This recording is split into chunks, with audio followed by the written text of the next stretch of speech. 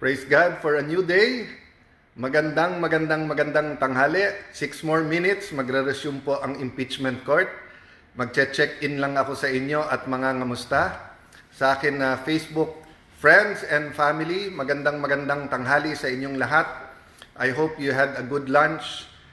Don't forget po, lalo dito sa Metro Manila and parts of Luzon, magdala po ng raincoat, ng umbrella. Yung mga bata, make sure hindi magkasakit. Medyo the next few days daw ay rainy, no? So sa aking pangangamusta sa inyong lahat, may konti lang po akong update. But we always start with praising God, di ba? So we thank God today sa lahat po ng trabaho. Kahapon po, magandang news yung sa Magna Carta for barangay health workers. Mamayang hapon, ang topic naman dito sa Senate ay yung naman sa nutrition, di ba? At napaka-importante magkakabit tong dalawa sapagkat ang isa sa pinakamalaking hamon o struggle po natin ay yung pong pagkabansot or stunting na halos 1/4 po ng Pilipino ay may threat o kaya may possibility na magkaroon ng stunting. Maaring sa inyong mga lugar, lalo po sa highly urbanized cities, hindi nyo napapansin to kasi may mga lugar na napakataas ng incidence ng stunting. Lani Cayetano, my partner, wife, lover, love, good afternoon to you. Thank you for watching. May oras ka pala. So tamang-tama, nakita ko si Lani.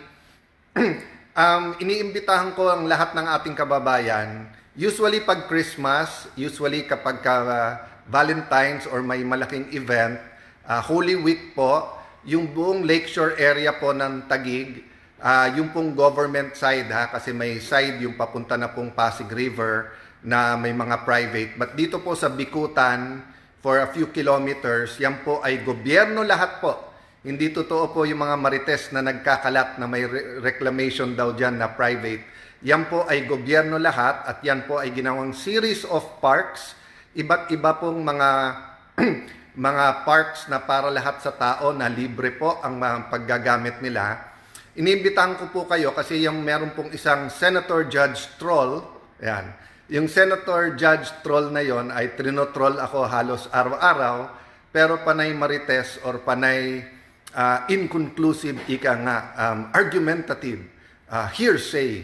Lahat ng narinig nyo po dito, objection, vague, objection, argumentative, objection, hearsay, ang mga pinagsasabi rather than iiwan na sa tamang ahensya ang pag-iimbestiga. So ngayon naman po ang sinasabi ay yung mga park na yan ay kukunin ng national government. So I have had the blessing po ng aking ama ay naging assemblyman ng Taguig Pateros Muntinlupa ng 1984 at ako naman po ay naging konsehal ng 1992, naging vice mayor, kongresista 4 na beses, diyan po sa siyudad ng Taguig at Pateros.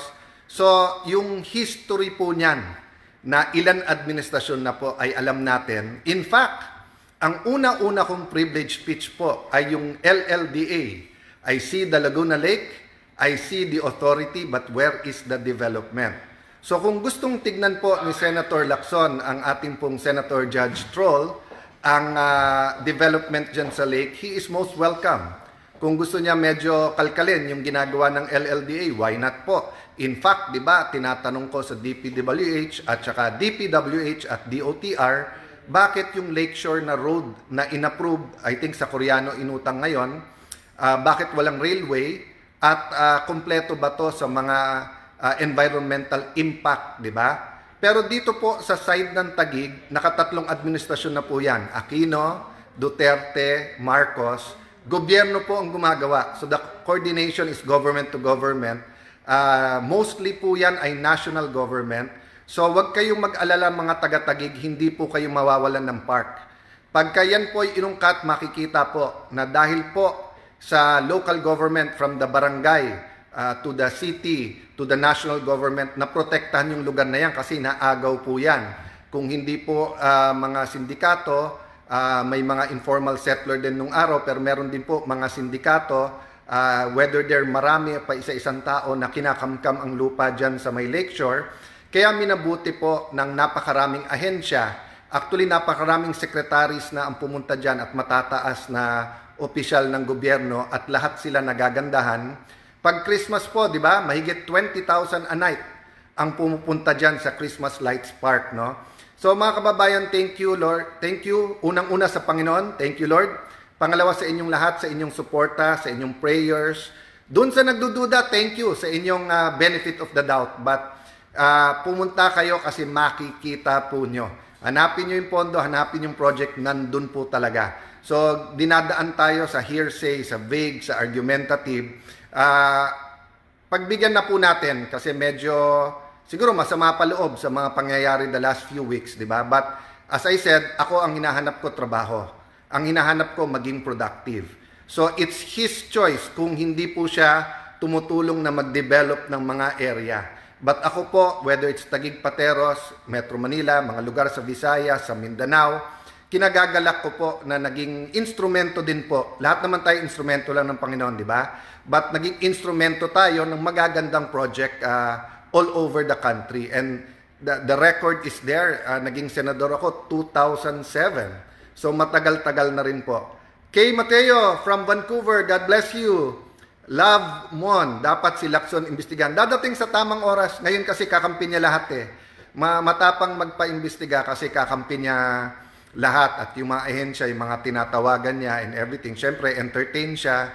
May, alam mo naman style niya, may kasamang pananakot. But I'm confident when the agency sit down, when it is a sober, even po yung sa final niya sa ombudsman, pag tinignan to ng mabuti, makikita po nila na napakaganda po ng development ng ating syudad at makikita nila na ito po ay isang modelo din na pwedeng gawin po sa Rizal at Laguna, around the Laguna Lake. Aside from others, konting trivia po, alam nyo po ba na ang buong Singapore ay kasya sa Laguna Lake? Ganon kaganda, ganon kalaki ang Laguna Lake. Sayang po, nagka-pandemic lang. Kasi after Boracay, yung paglilinis ng Boracay, yun ang tinutulak natin kay President Duterte noon na yung development na yung ecotourism, yung ecology, yung kagandahan ng Laguna Lake.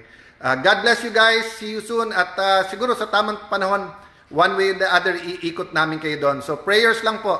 Remember, faith moves mountains. And tandaan nyo po, no, yung kung ano ang itsura. Ang akala po ata kasi ni Senator Lacson, yung Taguig of 30-40 years ago, yan pa rin ang Taguig ngayon. Ang alam niya lang ata po sa Taguig ay BGC lang, tapos hindi niya alam yung ibang lugar. Hindi niya nakikita na nag-rise up na po ang mga kababayan natin sa Taguig, whether yan ay sa Embo, yan po ay nasa Katipasan, yan po ay nasa may Lower Bikutan.